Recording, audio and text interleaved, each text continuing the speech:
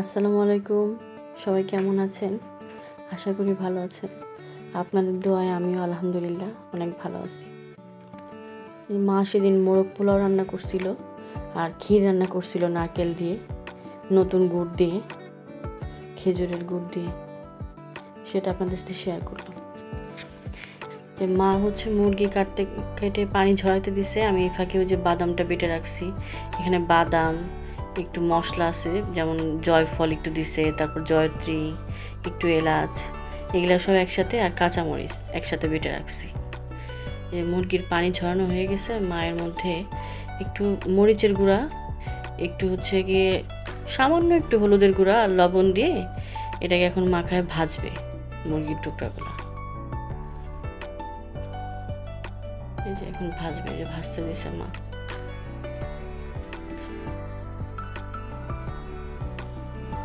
আর একদিকে পেঁয়াজগুলো ভেজে নিচ্ছে। মশলা টশলা সব রেডি। পরে মা বললো একটু পেঁয়াজও বেটে দিতে বাদামের সাথে, তাহলে ঝোলটা একটু ঘন হয় আর স্বাদ লাগে। এই জন্য বাদামের সাথে একটু পেঁয়াজও ভেজে দিছি, বাইটে দিচ্ছে ব্লেন্ডারে।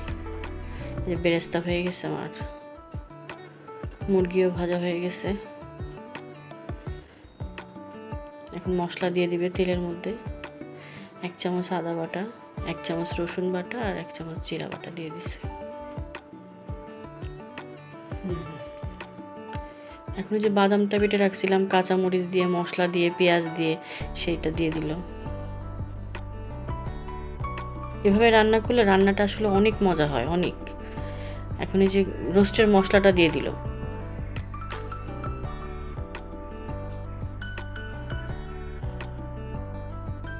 বারে বারে নাড়তেছে মা, যাতে তলে লেগে না যায়। আর একটু তেল দিয়ে দিল, তেল একটু কম হয়েছে।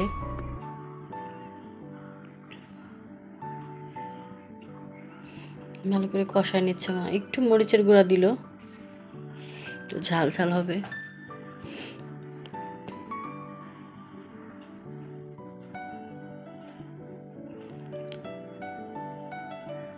লবণ দিয়ে দিল 1/2 চামচের মতো। এবার পানির পরিবর্তে দুধটা দিয়ে দিছে। সম্পূর্ণ দুধ দিয়ে রান্না করছে, ঝোলটা দিল দুধ দিয়ে। এভাবে মজা হয় বেশি।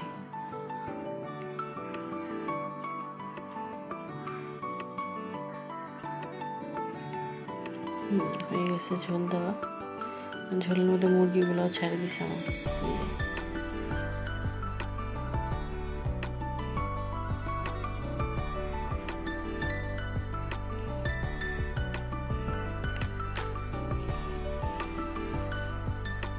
হয়ে গেছে রান্না প্রায়। এদিকে মা যে মোরগ পোলাওর জন্য পোলাওটা বসাই দিছে আরেক পাতিলে। তেলের মধ্যে একটু আদা বাটা, রসুন বাটা দিছে, বেরেস্তা দিয়ে, তার মধ্যে দুধ দিয়ে পানি দিয়ে দিছে একসাথে করে। বলকটা উঠায় তার মধ্যে চাল দিবে। বলক উঠে গেছে, এর মধ্যে চালটা দিয়ে দিছে।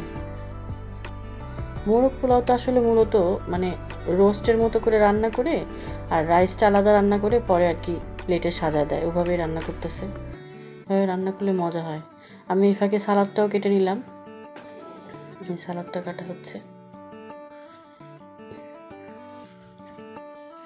আর ওদিকে রান্নাও প্রায় কমপ্লিট। এই যে হয়ে গেছে রান্না। আপনাদের সাথে এখন পরিবেশন করে শেয়ার করতেছি। কেমন হয়েছে কমেন্টে জানাবেন রান্নাটা। এখন মা ক্ষীর রান্না করবে। এই যে নারকেলটা রেডি করতেছি আমি। প্রথমে নারকেলটা এভাবে খোসাই করে নিলে তাহলে কুড়ানোর সময় ময়লাগুলো পড়ে না। এই যে নারকেল খোসা, বাইরের যে খোসাগুলো, ওগুলো করে নিলাম। এখন যে ফাটাই নিলাম, নারকেলটা কুড়াই নিব।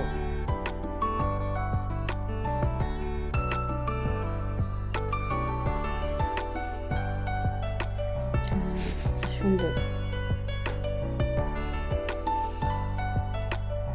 নারকেলটা অনেক ভালো। নারকেল কুড়াই নিচ্ছি। মা এখন ক্ষীর রান্নার প্রসেস করতেছে। আমি নারকেল কুড়াইতে মা এই দুধের মধ্যে চালটা আগে ভিজাই নিছিল ঘন্টাখানিক। হ্যাঁ, এই যে নারকেল কুড়ানো হয়ে গেছে। যে দুধের মধ্যে চালটা ভিজানো ছিল, এটা তাহলে সিদ্ধ হবে তাড়াতাড়ি। দুধটা ঘন করে জাল করে নিয়ে এবার চালে যে পাতলা দুধের মধ্যে চালটা দিয়ে একটু নাড়াচাড়া করে আগে একটু বলক উঠায় নিই। তারপরে ঘন দুধের মধ্যে সিদ্ধ হয়ে গেলে ছেড়ে দিবে। এই যে মার চাল সিদ্ধ হয়ে গেছে, গুঁড়ো দিয়ে দিছে, নারকেলও দিয়ে দিচ্ছে। মার ক্ষীরটাও অনেক মজা হয়েছিল।